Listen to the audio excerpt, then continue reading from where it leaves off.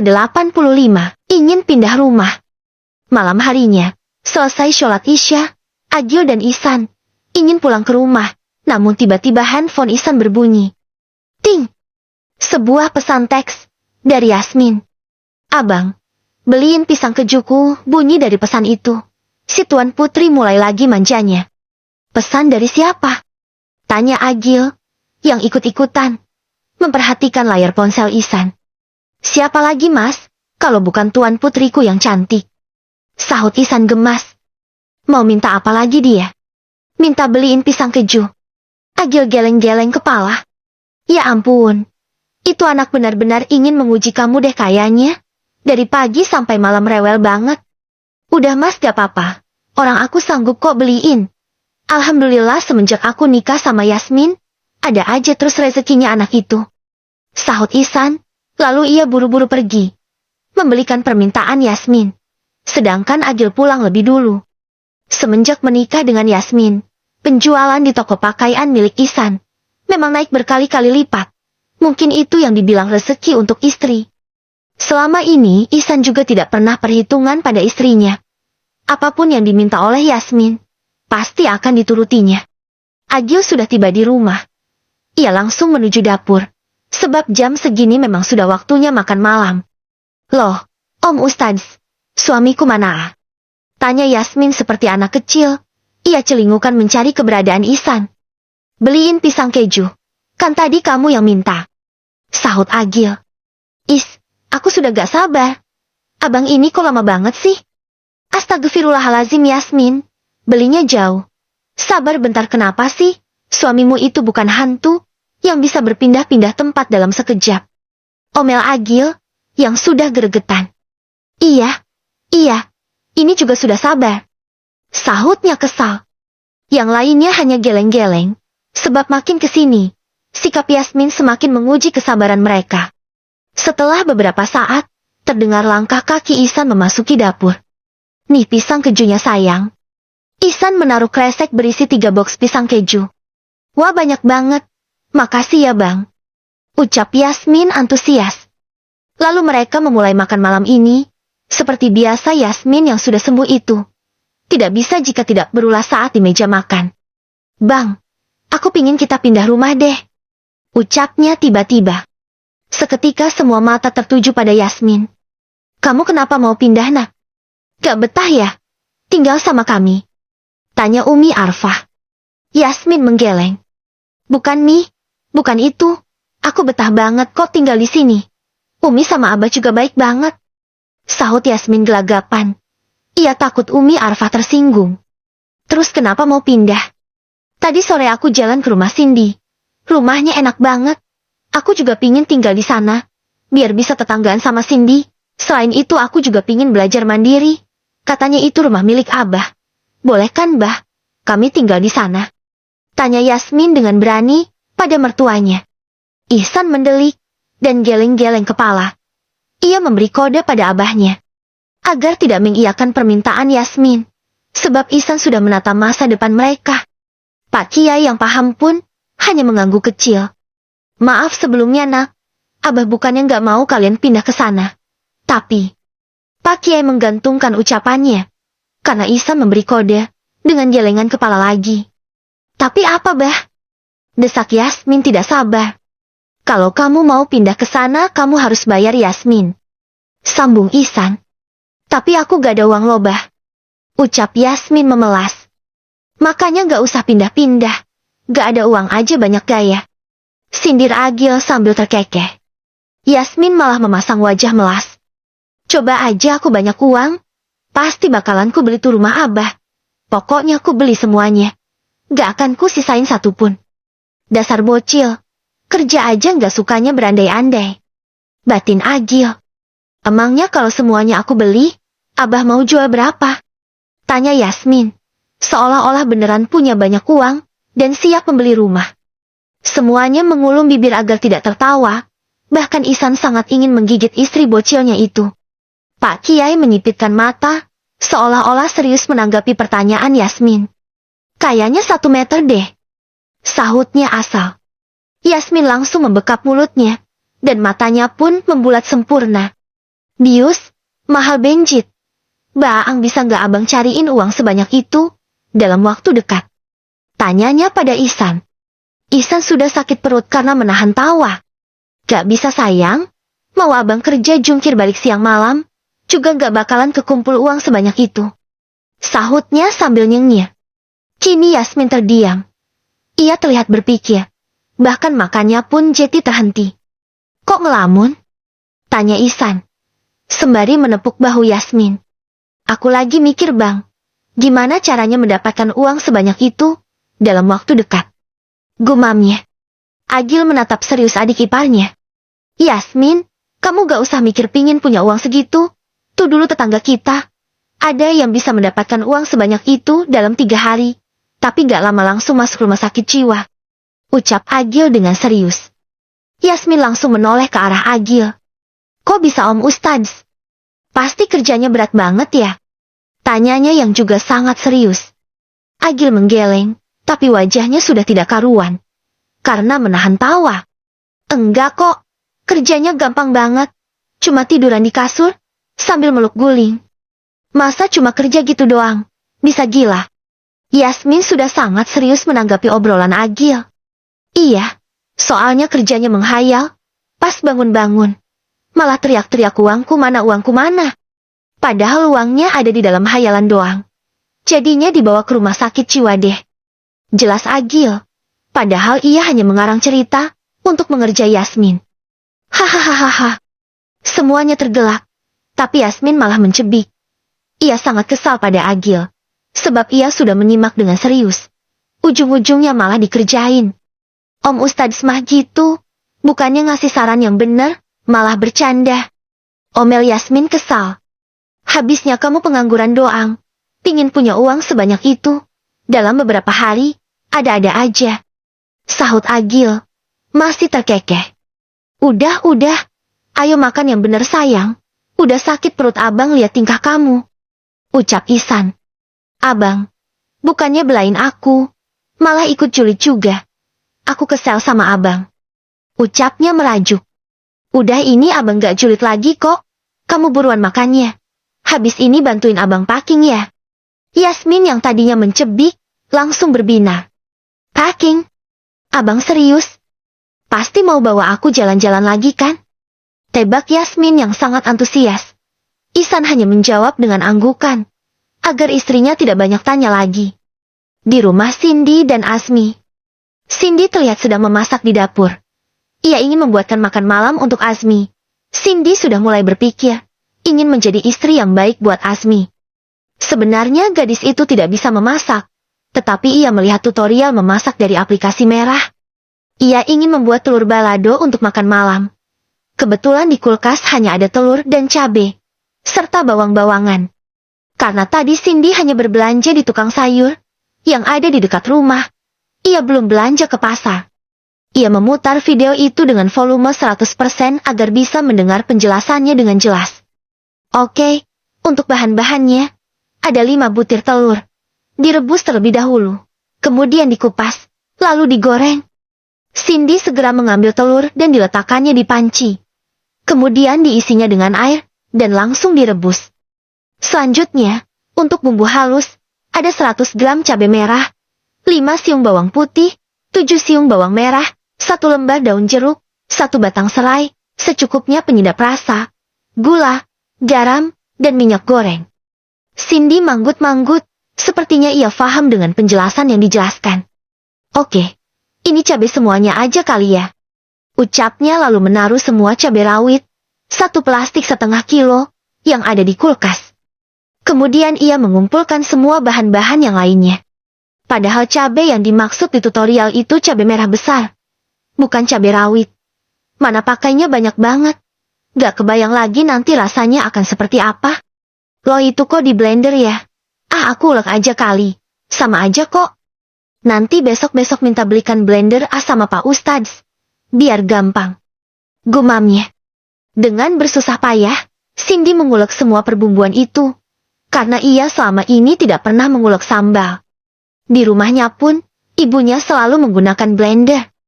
Setelah sekian lama, akhirnya semua bumbu sudah siap, telur rebus juga sudah dikupas, dan tinggal digoreng. Cindy sudah menyiapkan wajan, lalu menuangkan minyak goreng. Kemudian ia langsung menyalakan api, dan telurnya langsung dimasukkan sebelum minyak panas. Namanya juga orang tidak pernah masak. Jetty belum paham, jika menggoreng harus nunggu minyak panas. Hanya berselang beberapa menit. Banyak minyak yang muntrat-muntrat. Karena telur rebusnya pada meletus, akhirnya ia langsung mengangkat telur itu.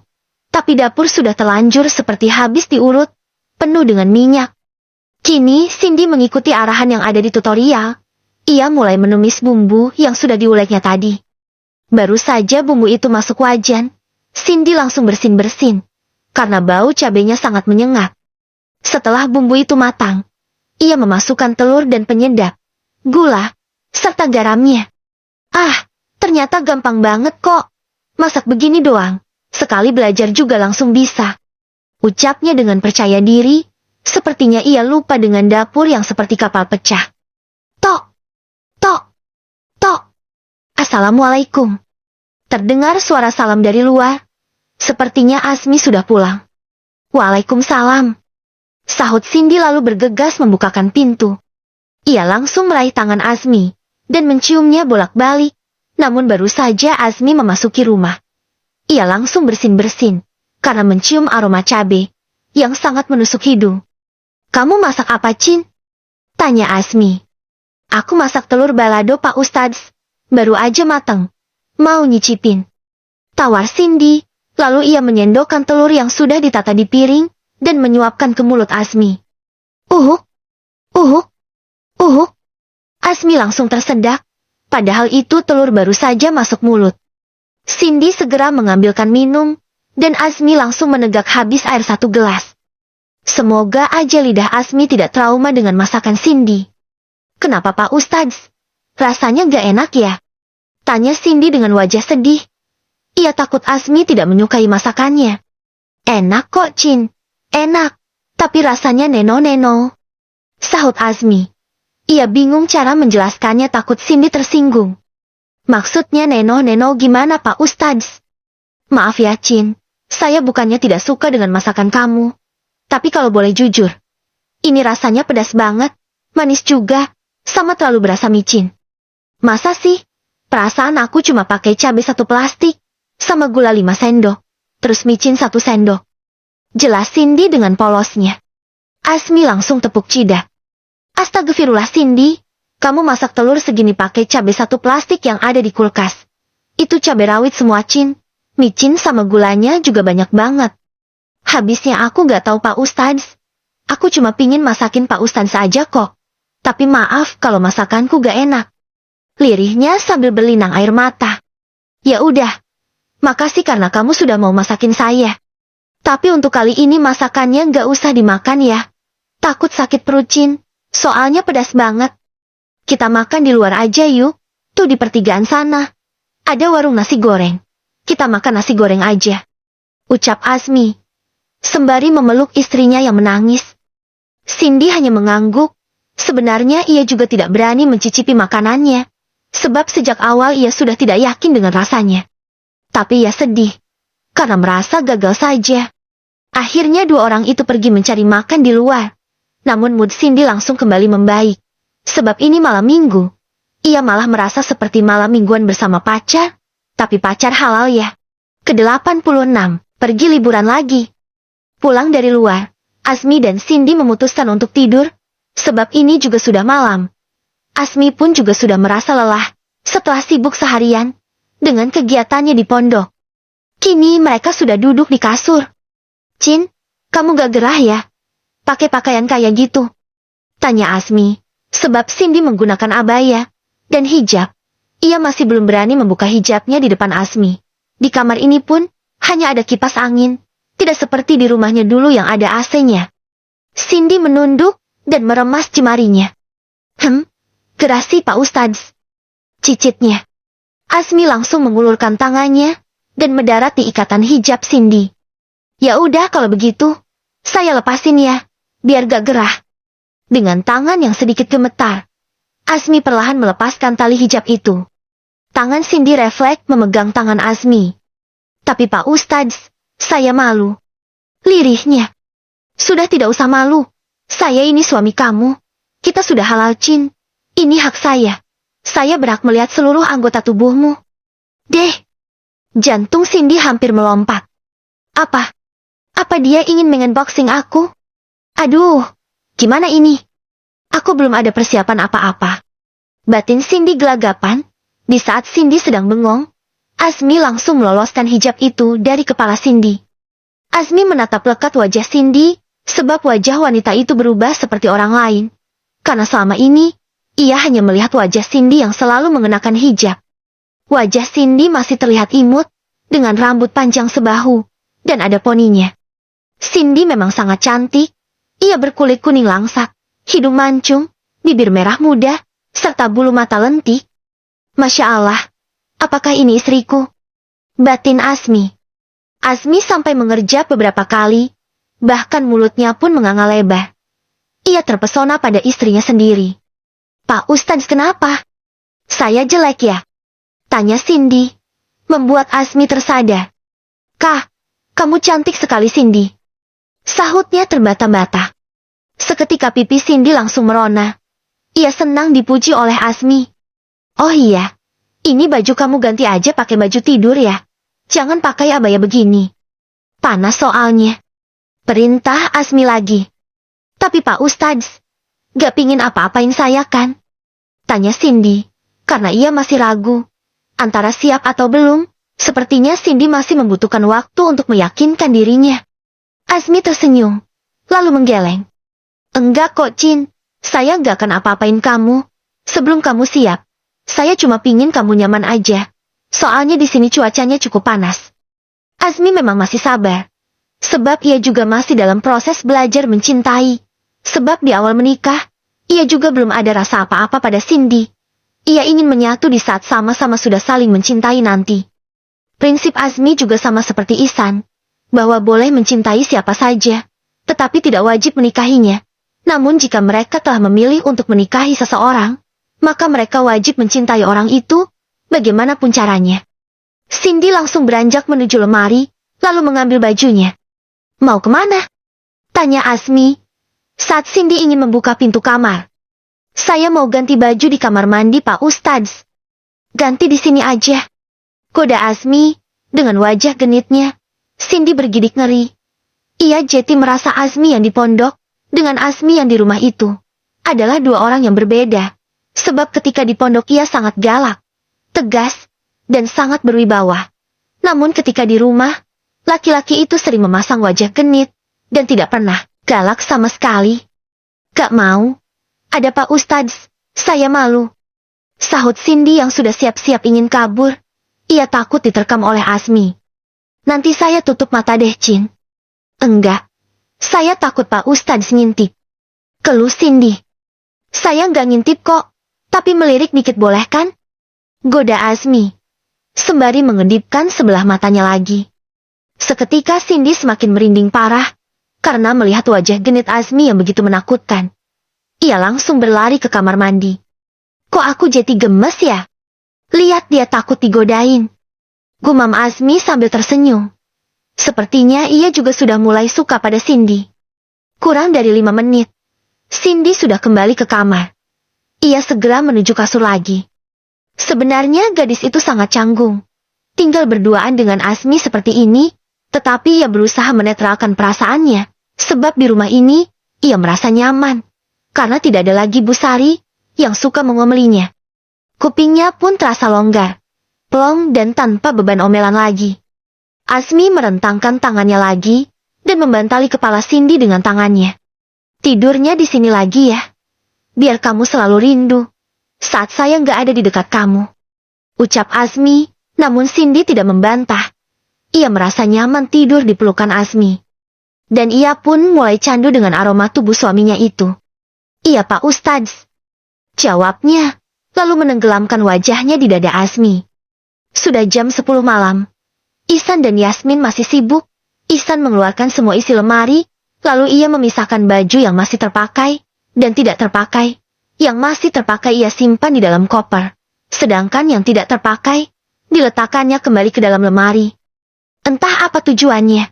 Yang jelas Yasmin pun ikut kebingungan melihat suaminya itu. Bang, kenapa kok pacingnya kayak gini sih? Semua baju dikeluarin. Entar susah bersinnya. Omel Yasmin, sebab ia pusing melihat baju yang berserakan di lantai. Udah, kamu gak usah protes ah. Entar abang sendiri kok yang beresin. Sahut Ihsan tanpa menoleh, sebab laki-laki itu sangat sibuk dengan pekerjaannya. Sedangkan Yasmin hanya ngerecokin saja. Emangnya abang gak capek beresin baju sebanyak ini? Ada satu lemari penuh loh bang. Aku yang lihat aja capek tahu. Pusing.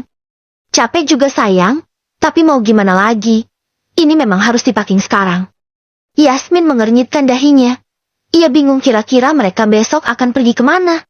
Karena biasanya, setiap kali liburan mereka hanya membawa beberapa potong baju saja. Tidak se-efforts ini, sampai membongkar satu lemari penuh. Bang, kita itu sebenarnya mau liburan kemana sih? Kok bawa baju banyak banget? Kayak orang mau JTTKW tahu. Cibir Yasmin. Ihsan menghembuskan nafas panjang. Istriku yang cantiki, daripada kamu banyak tanya, bikin kepala abang puyeng. Kerjaan abang JT terhambat, mendingan kamu tiduran aja sana. Biar abang cepat selesai. Omel Ihsan, tapi dengan nada lembut. Sebenarnya kupingnya sudah panas mendengar ocehan Yasmin. Namun ia tidak berani berbicara kasar pada istrinya itu, sebab beberapa hari ini, Yasmin sangat sensitif. Iya, sahut Yasmin, lalu ia merebahkan tubuhnya di kasur. Karena dari awal ia memang tidak berniat membantu Ihsan. Akhirnya Ihsan bisa fokus dengan pekerjaannya. Ia pun buru-buru menyusun semua baju-baju itu, agar cepat selesai. Namun tidak lama setelah itu, fokusnya teralihkan lagi, karena ulah Yasmin. Sejak aku mengenali dirimu, bermacam dugaan yang kuhadapi, ada kala tersentuh rasa hati, ada kala cemburu melukai. Senandung Yasmin, dengan suaranya yang cukup kencang. Ihsan menarik nafas panjang kembali. Yasmin, bidadari surga abang yang cantiki. Istri solehah, daripada kamu nyanyi. Mending bersolawat aja, biar lebih adem. Kau tegur Ihsan, tapi dengan pemilihan kata yang sangat baik, agar Yasmin tidak bete. Yasmin yang tadi sudah rebahan, kini langsung bangun kembali. Sholawat apa bang? Aku gak bisa bersolawat. Sholawat Jibril aja sayang, gampang dihafal, dan bikin adem juga. Selain itu, sholawat satu ini, juga bisa melancarkan rezeki kita. Jadi kamu sering-sering bersolawat aja ya, biar rezeki abang lancar, bisa beliin kamu jajan terus. Ihsan yang seorang ustadz itu, memang lebih senang mendengar sholawat, daripada bernyanyi. Jadi ia juga ingin istrinya bersolawat, agar adem. Karena Yasmin sangat suka bernyanyi-nyanyi tidak jelas. Tapi aku gak tahu bang, emang sholawatnya gimana? Yasmin menatap serius suaminya. Gadis itu juga senang jika diajarkan hal-hal baru oleh suaminya. Shallallahu ala Muhammad, Shallallahu alaihi wasallam, yang seperti itu sayang, kamu cari aja tuh, di aplikasi TokTok, ada banyak kok, kamu hafalin aja ya. Jelas Ihsan. Kok abang nyanyinya enak banget ya? Boleh dong aku tidur dinyanyiin sholawat itu, Baang. Sepertinya kuping Yasmin kecanduan dengan suara merdu Ihsan. Ya udah, tapi tunggu abang selesai ya. Yasmin yang tidak sabar itu berdiri dan melihat sebanyak apa lagi baju yang harus dibereskan suaminya. Gadis itu tiba-tiba panik. Matanya pun terbelalak. Aang, itu bajuku kenapa dimasukin koper semua? Abang mau pulangin aku ke rumah ayah ya? Aku gak mau Baang. Aku janji deh gak nakal lagi. Tapi tolong, aku jangan dipulangin ya. Renyeknya panik. Ihsan terkekeh melihat Yasmin panik. Padahal dulu, Yasmin beberapa kali minta dipulangin ke rumah orang tuanya. Bahkan ia sempat ingin pergi sendiri dari rumah. Tapi sekarang malah takut dipulangin. Karena sudah nyaman dengan suaminya. Abang gak mau pulangin kamu kok. Udah gak usah panik gitu ah. Sahut Ihsan gemas. Aduh Baang, kok perutku sakit ya? Pekik Yasmin sembari memegangi perutnya. Sepertinya perutnya sakit karena tadi sempat panik. Dan ia juga kebanyakan bergerak. Mana ini anak tidak bisa pelan-pelan. Ihsan buru-buru mendekati Yasmin. Kini ia yang jadi panik, melihat Yasmin sakit perut. Perutnya kenapa sayang? Kamu ada salah makan ya? Gak ada Baang. Ini sakitnya kayak kram gitu. Bukan mules. Perutku kenapa ya bang? Gumam Yasmin yang juga kebingungan. Sebab ia tidak pernah sakit perut seperti ini sebelumnya. Ihsan langsung menggendong Yasmin dan meletakkannya di tempat tidur. Sekarang kamu tiduran aja ya. Gak bisa Baang. Ihsan ikut merebahkan tubuhnya di samping Yasmin, lalu ia bersolawat, sambil mengelus lembut perut istrinya itu. Akhirnya perlahan-lahan rasa kram itu menghilang, dan Yasmin mulai memejamkan matanya. Setelah Yasmin tertidur, Ihsan buru-buru menyelesaikan semua pekerjaannya tadi, lalu ia kembali tiduran di samping Yasmin, dan memeluk erat istrinya itu. Akhirnya, aku bisa tidur meluk kamu lagi sayang. Semoga aja hidungnya gak kumat lagi. Aku sudah kangen banget tau. Ucap Ihsan, sebab sudah 2 malam mereka tidur berjarak. Mumpung malam ini, Yasmin tidur duluan. Jadi Ihsan bisa cari-cari kesempatan. Nanti jika orangnya terbangun, maka akan beda lagi ceritanya. 87. Drama pindah ke rumah baru. Pagi harinya, Ihsan dan Yasmin sudah bangun. Selesai sholat subuh, mereka langsung siap-siap. Kemudian Ihsan membawa 2 koper mereka yang cukup besar itu ke bawah. Dibantu oleh Agil. Sesampainya di bawah, Yasmin kaget karena orang-orang juga sudah berpakaian rapi, namun mereka tidak membawa koper. Yasmin menatap heran mereka semua. Ini kok pada rapi semua? Mau ikutan liburan ya? Tanya Yasmin. Umi Arfah tersenyum. Enggak kok nak. Tapi kami mau antar kalian. Sahut Umi Arfah, sembari merangkul Yasmin. Mau nganterin kemana sih sebenarnya, Aba Aang? Kita mau kemana ini? Mau JTTKW kah? Tanya Yasmin pada Ihsan, membuat semuanya terkekeh. Iya, kamu disuruh Ihsan JTTKW, soalnya jajan mulu. Sahut Agil asal. Yasmin langsung mendelik. Apa? Aku disuruh JTTKW? Abang jahat banget sih. Omel Yasmin, sembari memukul dada Ihsan. Mas Agil suka betul bikin istriku ngamuk. Kau tegur Ihsan, karena Yasmin sudah hampir menangis. Habisnya ini anak banyak nanya, tinggal diam aja gitu loh. Mau dibawa kemana kek? Gak usah rewel, bikin pusing, kalau perlu dilakban aja dulu San. Omel Agil tidak mau kalah. Om Ustadz songong, orang cuma nanya doang loh. Ketus Yasmin dengan wajah kesalnya. Udah, gak usah ribut lagi. Ini udah 6:30. Ayo kita berangkat sekarang. Kini Pak Kia yang angkat bicara. Sebab Agil dan Yasmin gak akan selesai bertengkarnya kalau tidak dilelai. Akhirnya mereka semua sudah memasuki mobil. Yasmin pun disuruh diam saja. Tapi ia sudah berbinar karena mengira diajakin liburan lagi. Seperti biasanya. Dari tadi Yasmin sudah cengar-cengir melirik ke arah jalanan. Tapi tiba-tiba, mobilnya malah masuk ke perumahan yang tidak jauh dari pondok. Dan mampir di salah satu rumah. Padahal jalannya baru sekitar 5 menitan. Itu pun Agil menyetirnya pelan. Sudah sampai? Ucap Agil sambil terkekeh. Seketika senyuman Yasmin langsung pudar. Karena belum apa-apa sudah sampai. Ia belum bisa menangkap apa tujuan mereka ke sini. Ihsan pun langsung turun dari mobil, lalu mengeluarkan kunci dari sakunya untuk membukakan pagar, agar mobil itu bisa diparkirkan di garasi. Setelah pagarnya dibuka, mobil pun langsung masuk garasi. Nafas Yasmin sudah tidak beraturan. Ia kesal setengah mati, dikira akan dibawa liburan ke tempat yang jauh. Ternyata cuma di kompleks sebelah doang. Aku gak mau masa liburannya cuma di sebelah komplek doang. Aku maunya ke tempat yang kemarin Baang. Rengek Yasmin, yang sudah hampir menangis. Udah, gak usah banyak protes. Masih mending liburannya di sini, daripada keluar negeri. Sekalian disuruh Ihsan JTTKW mau. Ancam Agil. Ihsan membukakan pintu mobilnya. Ayo turun sayang. Ucapnya lembut, sambil tersenyum. Namun Yasmin mencebik, dan melipat kedua tangannya di dada. Aku gak mau ketusnya, sembari membuang muka. Di saat Ihsan masih membujuk Yasmin, tiba-tiba ada motor yang datang. Ternyata itu adalah ayah Yasmin, dengan ibu tirinya. Tuh, ayah kamu sudah datang loh. Ayo turun. Bujuk Ihsan lagi. Yasmin mendelik. Ia semakin bingung. Kok pakai ada ayah segala? Pokoknya aku gak mau dibalikin ke ayah. Rengeknya sambil menangis.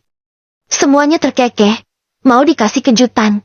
Malah jadinya seperti ini, di mana-mana orang kalau dikasih kejutan romantis, ini malah kacau.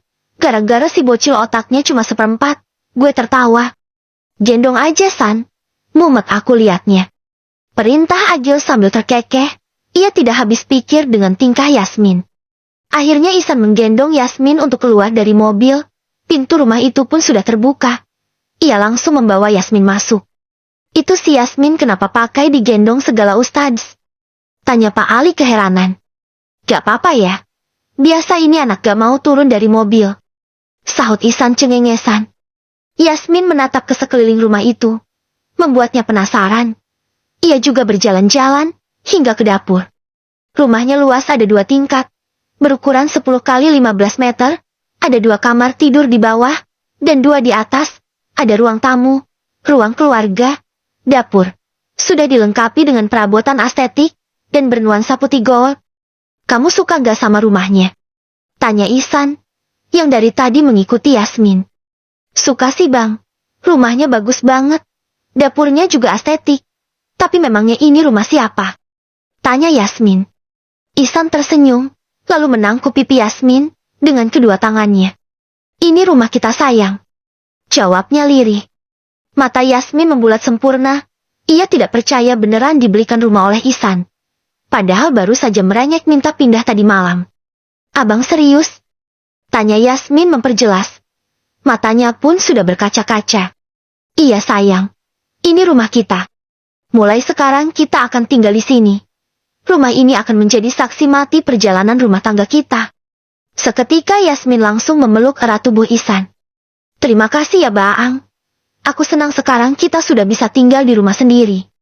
Mereka berdua sama-sama terharu, dan tidak bisa membendung air mata. Yang lainnya pun, ikut berjalan-jalan melihat-lihat, di sekitar rumah itu. Mereka juga takjub, melihat rumah yang sangat nyaman itu. Tidak lama kemudian, ada orang-orang berdatangan, sepertinya Ihsan memanggil beberapa ustadz yang mengajar di pondok, serta para tetangga di sekitar sana. Karena ia ingin mengadakan selamatan kecil-kecilan, untuk makanannya pun sudah datang. Ia memesan beberapa nasi kotak, dari rumah makan Padang, yang ada di dekat pondok, serta beberapa kotak kue-kue Eyen. Cindy dan Azmi juga hadir di sana. Yasmin sangat senang. Ternyata rumah mereka tidak terlalu jauh, masih bisa ditempuh dengan berjalan kaki saja. Mungkin nanti Yasmin akan sering main ke rumah Cindy, jika sedang kesepian, dan sebaliknya Cindy juga bisa saja main ke sini. Setelah semua orang terkumpul, Pak Kiai pun membacakan doa selamat. Selesai dibacakan doa lalu makan bersama, dengan makanan yang sudah disediakan. Semua tamu sudah pada pulang. Hanya tersisa keluarga Pak Kiai, dan ayah, ibu Yasmin. Mereka duduk di sofa ruang keluarga, karena ingin mengobrol-ngobrol. Sebab selama menikah Ihsan sudah tidak pernah mempertemukan Yasmin dengan sang ayah. Ia ingin rasa trauma istrinya itu hilang dulu, baru dipertemukan lagi dengan ayahnya. Ustadz, gimana Yasmin masih suka bikin repot gak? Tanya Pak Ali memulai pembicaraan. Ihsan menggeleng, walaupun sebenarnya ia kewalahan mengurus istrinya. Tetapi Ihsan tidak ingin orang lain tahu, dan menilai buruk istrinya. Enggak kok ya, alhamdulillah Yasmin sudah banyak berubah. Sekarang dia sudah jadi istri yang baik. Dia selalu nurut sama saya. Insya Allah akan menjadi istri yang solehah ya sayang. Sahut Ihsan, sembari menggenggam tangan Yasmin. Sebenarnya ada rasa takut di hati Ihsan. Ia takut Yasmin akan bersikap seperti biasanya, saat bertemu ayahnya. Alhamdulillah, ayah ikut senang dengarnya. Jadi istri yang baik ya nak, yang nurut sama suami. Kamu itu beruntung banget loh, bisa dapat suami sebaik Ustadz Ihsan ini. Ayah tahu dia ini laki-laki penyabar. Dia sanggup hidup bersama kamu, harus belajar dewasa ya. Ucap Pak Ali. Sebenarnya ia tahu sikap Yasmin masih seperti biasanya, sebab tadi ia melihat Ihsan yang menggendong Yasmin, memasuki rumah ini. Iya ya, sahut Yasmin dengan nada rendah. Tidak seperti biasanya, yang selalu membantah. Pak Ali pun jadi lebih tenang, sebab Yasmin sudah banyak berubah. Meskipun ia masih belum dewasa, tetapi dari cara bicaranya, sudah jauh lebih sopan dari biasanya. Ustadz Ihsan, ayah berterima kasih sama kamu, karena sudah berhasil mendidik Yasmin. Sekarang dia sudah banyak berubah. Timpal Pak Ali lagi, karena waktu itu ia tidak bisa mendidik Yasmin. Karena sewaktu kecil memang tidak pernah dididik. Ayah tidak perlu berterima kasih. Ini memang sudah kewajiban saya, sebagai seorang suami. Setelah puas mengobrol, akhirnya Pak Ali dan istrinya pulang, namun Pak Kiai, Umi Arfah, Agil, dan Elvira masih berada di sini. Karena ini hari libur, jadi mereka ingin menghabiskan waktu di rumah ini dulu. Di sore harinya, ada ojol yang mengantarkan pesanan Yasmin. Tadi ia berbelanja bahan makanan, mulai dari ikan dan sayuran, serta bumbu dapur melalui toko online, belanjaannya pun sangat banyak. Akhirnya para perempuan itu sibuk di dapur. Karena sekalian ingin memasak seafood tumpah seperti waktu itu. Semua bahan yang ingin dimasak sudah disiapkan. Sementara sisanya, disimpan Yasmin di dalam topleset. Jadi ceritanya ia ingin menggunakan sistem food prep, agar gampang setiap ingin memasak tidak perlu lagi berbelanja. Sehabis isya semua makanan sudah matang. Kini mereka makan di meja makan seperti biasanya. Makan kali ini berjalan lancar, Yasmin sudah tidak banyak tingkah lagi. Sebab ia sudah merasa lelah, sudah dari pagi belum beristirahat. Selesai makan, Agil, Elvira, dan Pak Kiai memutuskan untuk pulang ke rumah. Sedangkan Umi Arfah ingin menginap di sini, karena ingin merasakan menginap di rumah anak. Sebelum memasuki kamar, Ihsan berdoa beberapa kali. Ia berdoa semoga Yasmin tidak kumat lagi, sebab Ihsan ingin menikmati malam pertama di rumah baru ini bersama istrinya. Yasmin sudah berganti baju. Ihsan pun sudah merebahkan tubuhnya di kasur. Yasmin juga langsung menyusul. Ia rebahan dan memeluk erat tubuh Ihsan. Sepertinya ia juga rindu dengan pelukan suaminya. Alhamdulillah, akhirnya Yasmin mau memeluk aku lagi. Batin Ihsan, ia pun ingin langsung memulai permainan, sebab sudah beberapa hari berpuasa. Namun baru saja Ihsan mengecup pipi Yasmin. Uak, uak. Yasmin menutup mulutnya dengan tangan, lalu berlari ke kamar mandi. Ia pun muntah-muntah di sana. Sayang, kamu kenapa sih? Tanya Ihsan dari depan pintu kamar mandi. Bang, abang jauh-jauh ya dari aku. Aku mual kalau deket-deket sama abang. Pekik Yasmin. Tapi sayang, abang gak bau kok. Abang sudah mandi. Kamu kenapa sih? Kok kayak gini sama abang? Tega banget. Raut wajah Ihsan terlihat kecewa. Kali ini ia tersinggung dengan perkataan Yasmin. Aku juga gak tahu Aang. Aku juga gak mau kayak gini. Tapi mau gimana lagi? Abang tolong keluar dulu ya, dari kamar. Perintah Yasmin membuat Ihsan semakin terluka. Dengan cepat Ihsan keluar meninggalkan kamar itu. Brek! Ia membanting pintu itu sangat keras, membuat Umi Arfah, yang ada di kamar sebelah kaget, dan keluar kamar. Sebab Umi Arfah takut, jika dua orang itu bertengkar lagi. Masa ia baru hari pertama di rumah baru sudah bertengkar? Bagaimana dengan hari-hari berikutnya? Nak, kamu kenapa? Tanya Umi Arfah, menghampiri Ihsan, yang duduk di sofa ruang tamu.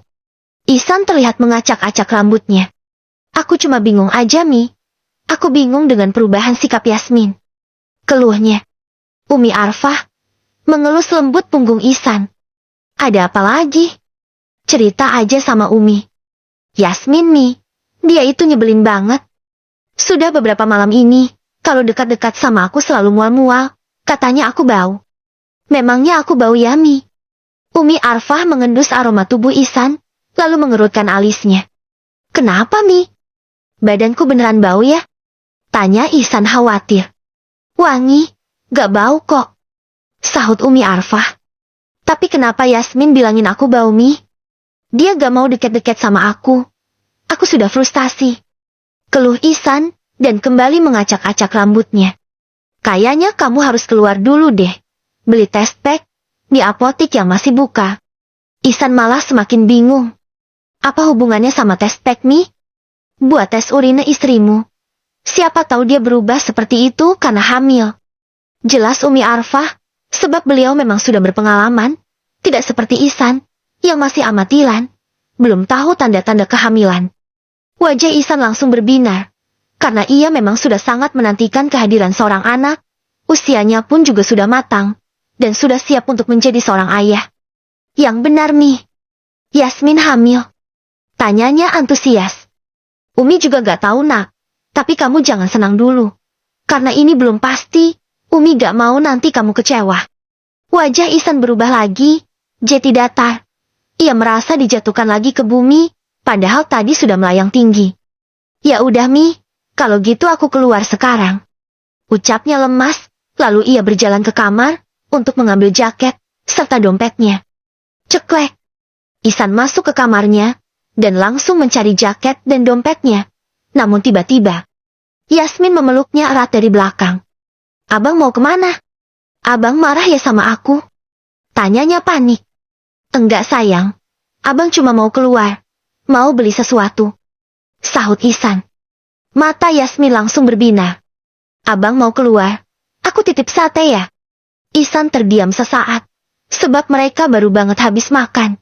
Yasmin minta makan lagi. Kamu lapar lagi? Yasmin mengangguk.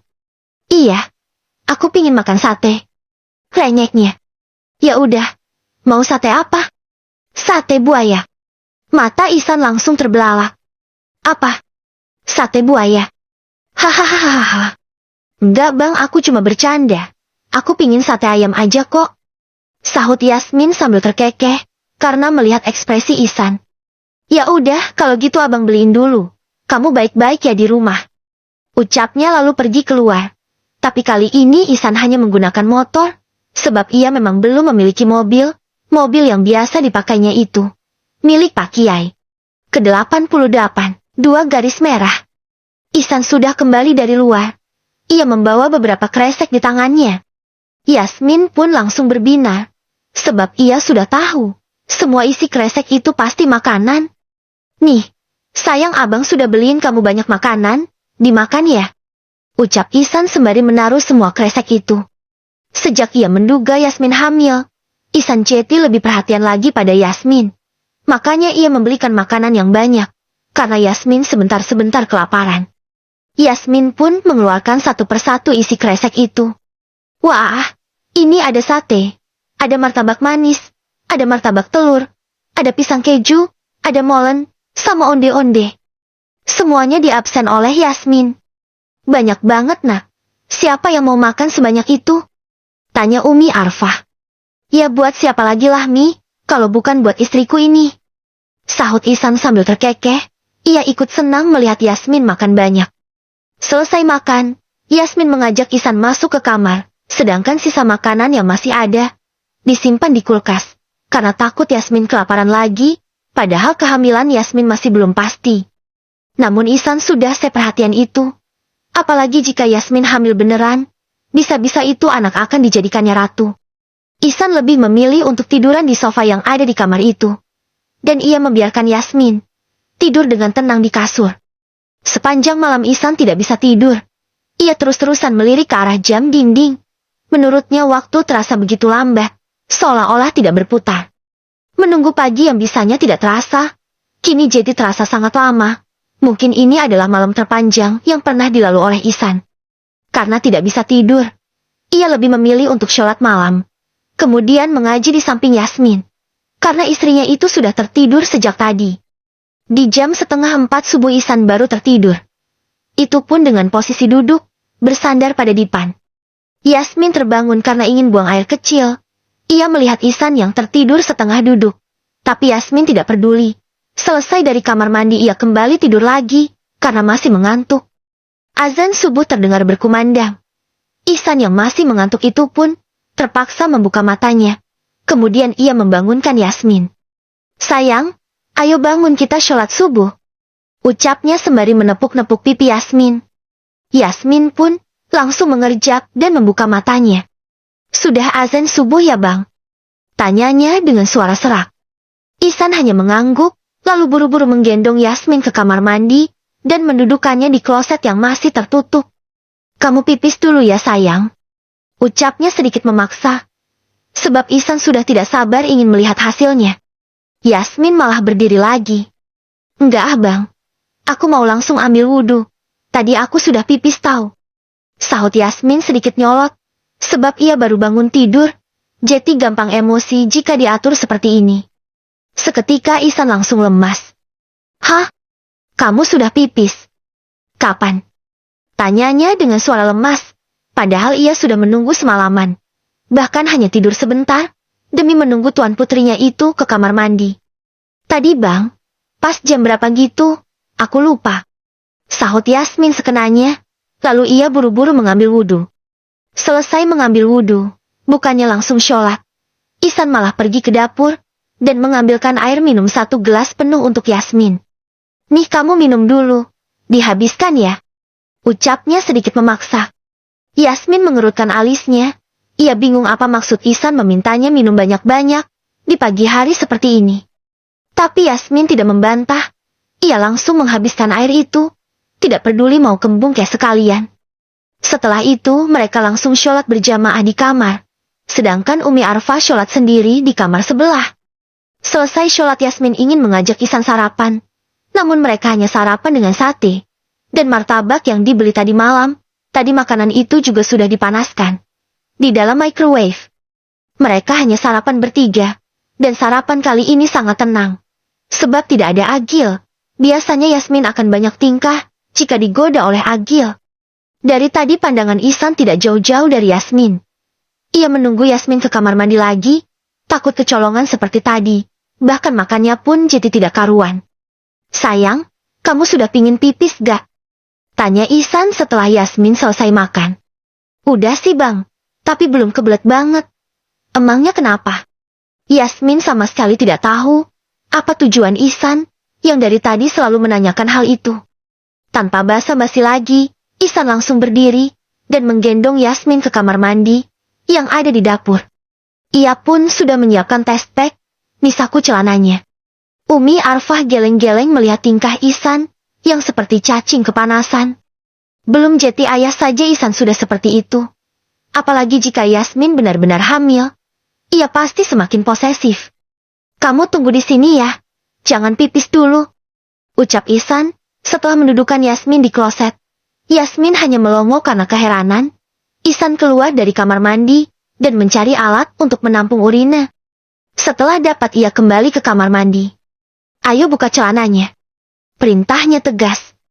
Yasmin meletakkan tangannya di dahi Ihsan. Abang kenapa sih? Lagi demam ya? Kok aneh banget? Tanya Yasmin. Udah gak usah banyak nanya. Ayo. Desaknya lagi. Gak mau baang, malu. Rengek Yasmin. Mana bisa ia pipis di hadapan Ihsan. Malunya sampai ke ubun-ubun. Udah gak usah malu. Biasanya juga kamu ngangkang kok di depan abang. Akhirnya dengan terpaksa Yasmin membuka celananya dan duduk di kloset. Namun mata Yasmin hampir melompat saat ia pipis tiba-tiba tangan Ihsan menadah urinenya dengan gelas plastik. Aba Aang, ngapain sih? Pekik Yasmin, pipis di depan Ihsan saja. Ia sudah setengah mati menahan malu, ditambah lagi airnya ditampung oleh Ihsan. Rasanya Yasmin ingin menghilang saat ini juga. Ihsan tidak menjawab setelah dapat apa yang diinginkan. Ia langsung mencuci tangannya dengan sabun, karena terkena najis. Setelah itu, ia membawa gelas berisi urine itu ke meja makan. Karena di sana masih ada Umi Arfah. Sedangkan Yasmin terdiam mematung. Ia bingung apa yang sebenarnya dilakukan Ihsan. Ia sama sekali tidak mengerti. Itu apaan? Tanya Umi Arfah. Urine Yasmin Mi. Ini aku mau langsung tes pack. Ucapnya. Dan buru-buru mengeluarkan 3 macam test pack dengan merek yang berbeda. Lalu semua test pack itu dimasukkannya berbarengan. Nafas Ihsan sudah tidak beraturan. Bahkan detak jantungnya pun berdetak sangat kencang. Menunggu hasil dari test pack itu. Umi Arfah pun sama. Tidak kalah tegang dari Ihsan. Setelah 1 menit, dengan tangan gemetar, Ihsan mengangkat test pack itu dan melihat hasilnya. Mi, ini ada 2 garis merah Mi. Apa itu artinya Yasmin hamil? Ucapnya antusias. Iya itu hasilnya positif nak. Sahut Umi Arfah. Ihsan langsung sujud syukur. Ia rasanya sangat bahagia. Di hatinya serasa ada banyak bunga yang bermekaran. Secara bersamaan, pokoknya bahagianya tidak terkira. Setelah perjalanan panjang pernikahannya, penuh dengan lika-liku dan air mata. Akhirnya kebahagiaan pun menghampiri mereka. Mungkin ini adalah buah kesabaran Ihsan. Padahal selama ini ia takut tidak bisa memiliki anak, karena dulu Yasmin seolah-olah mengutuk dirinya sendiri, bahwa ia tidak akan mau memiliki anak seumur hidup. Namun Ihsan berhasil menghamili istrinya itu. Yasmin yang keluar dari kamar mandi dibuat semakin bingung karena melihat Ihsan yang sedang sujud di lantai. "Abang ngapain?" tanyanya. Ihsan pun segera bangun dan memeluk Yasmin sangat erat. Bahkan ia menciumi wajah Yasmin, sepertinya ia lupa jika Umi Arfa juga berada di sana. "Terima kasih ya sayang, terima kasih," ucapnya. Yasmin menautkan alisnya. "Terima kasih untuk apa bang?" "Terima kasih karena kamu sudah mengandung anak kita sayang." Yasmin malah melongo lagi. "Maksudnya aku hamil. Abang tahu dari mana?" "Ini." Ihsan menunjukkan test pack itu pada Yasmin. "Oh, jadi tadi abang nyuruh aku pipis buat ini." "Iya." "Kenapa nggak bilang dari awal sih?" "Aku kira abang demam." Gumamnya membuat Umi Arfa terkekeh. Karena dua orang ini benar-benar unik. Ihsan yang biasanya waras saja, sudah mulai ikutan absurd seperti Yasmin. "Udah nggak usah banyak bicara lagi. Pokoknya aku mau mulai sekarang, kamu harus jaga diri baik-baik ya sayang. Jangan pecicilan. Jangan manjat-manjat pohon. Kamu juga gak boleh mengerjakan pekerjaan rumah. Pokoknya semuanya abang aja yang kerjain. Kamu cuma boleh masak aja. Soalnya abang gak bisa masak. Kalau untuk beres-beres, nyapu, nyuci, semuanya biar abang yang kerjakan." Nah kan Yasmin benar-benar ingin dijadikan ratu oleh Ihsan. "Tapi bang, aku gak bisa kalau gak ada kerjaan." "Gabut," sahut Yasmin. Ia memang orang yang rajin dan senang mengerjakan pekerjaan rumah. "Pokoknya abang gak mau tahu, kamu harus nurut. Titik," tegas Ihsan. Kali ini benar-benar tidak bisa dinego lagi. "Ya udah terserah abang aja deh. Tapi aku gak tahu loh ya, kalau abang kecapean." Lalu Yasmin berjalan begitu saja menuju kamar. "Nah, orang hamil itu masih boleh kok ngerjain pekerjaan rumah, asal jangan terlalu berat.